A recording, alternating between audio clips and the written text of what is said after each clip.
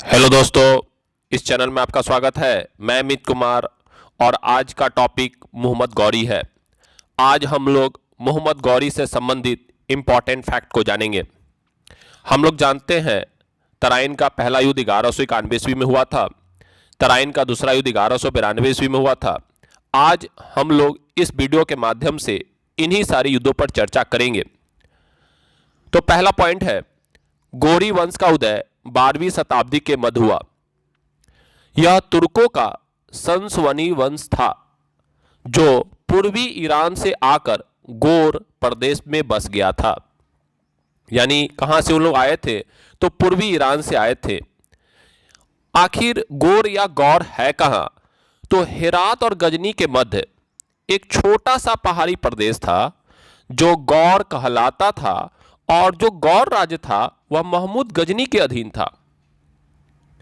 1173 ईस्वी में मोहम्मद गौरी गौर प्रदेश का शासक बना।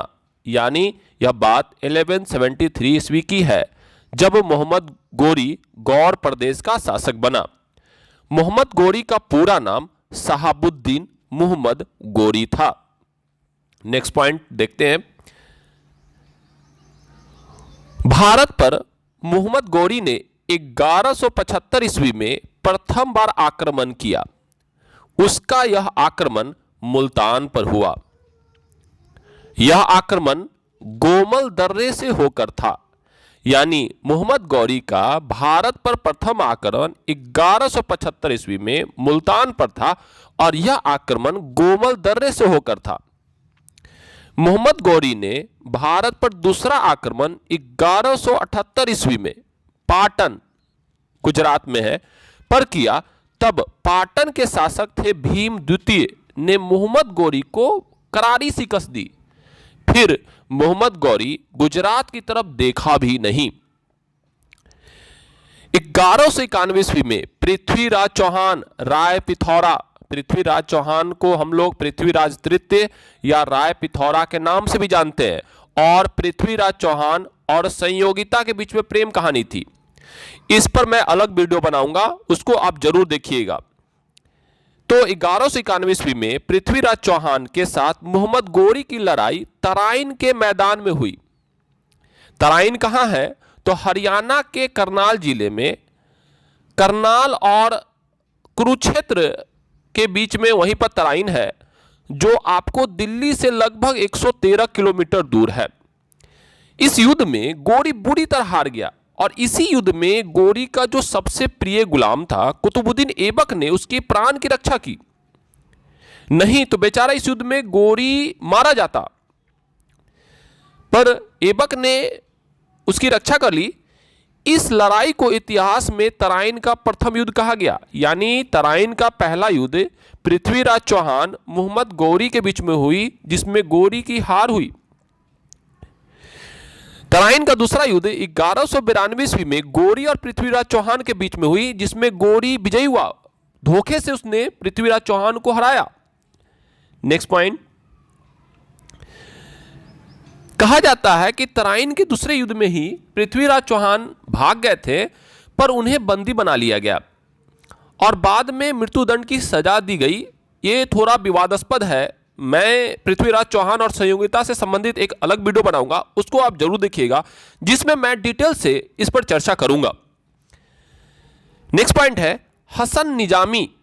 हसन निजामी कृत यानी हसन निजामी के द्वारा लिखी गई है एक पुस्तक ताजुल मासिर में तराइन के युद्ध का उल्लेख है। यानी अगर आपको तराइन के युद्ध के बारे में विस्तृत जानकारी एकत्रित करनी है तो आपको हसन निजामी के द्वारा लिखी ताजुल मासिर को पढ़ना पड़ेगा, जिसमें तराइन के युद्ध का विस्तृत वर्णन है। पृथ्वीराज का अधीनस्थ, जो पृथ्वीराज के अधीनस्थ थे, गोविंद राय तोमर युद्ध में मारा गया। 1193 ईस्वी में गौरी के गुलाम, जो सबसे प्रिय गुलाम था कुतुबुद्दीन ऐबक, ने मेरठ और दिल्ली को जीता। 1193 की बात है।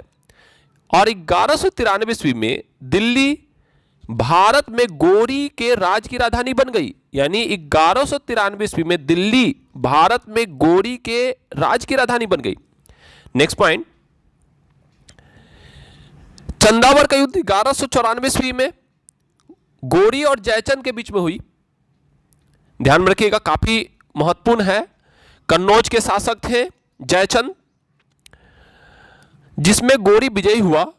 मोहम्मद गोरी को कोई पुत्र नहीं था, अतः जयचंद को पराजित करने के बाद गोरी भारत में जीते गए अपने प्रदेशों को कुतुबुद्दीन ऐबक को सौंपकर गजनी लौट गया। ध्यान में रखिएगा, 1194 ईस्वी में कुतुबुद्दीन ऐबक ने अजमेर को जीता, तो साथ ही साथ उसने जैन मंदिर और संस्कृत विश्वविद्यालय को नष्ट भ्रष्ट करके उनके मलबे पर क्रमशः कुब्बत उल इस्लाम मस्जिद और 2.5 दिन का झोपड़ा मस्जिद का निर्माण करवाया। काफी महत्वपूर्ण पॉइंट है, 2.5 दिन का झोपड़ा। गोरी की मृत्यु 15 मार्च 1206 ईस्वी में हो जाती है और मोहम्मद गोरी को भारत में मुस्लिम राज का वास्तविक संस्थापक माना जाता है। काफी महत्वपूर्ण पॉइंट है, अगर आपसे पूछ दिया जाएगा भारत में मुस्लिम साम्राज्य का वास्तविक संस्थापक मोहम्मद गौरी था।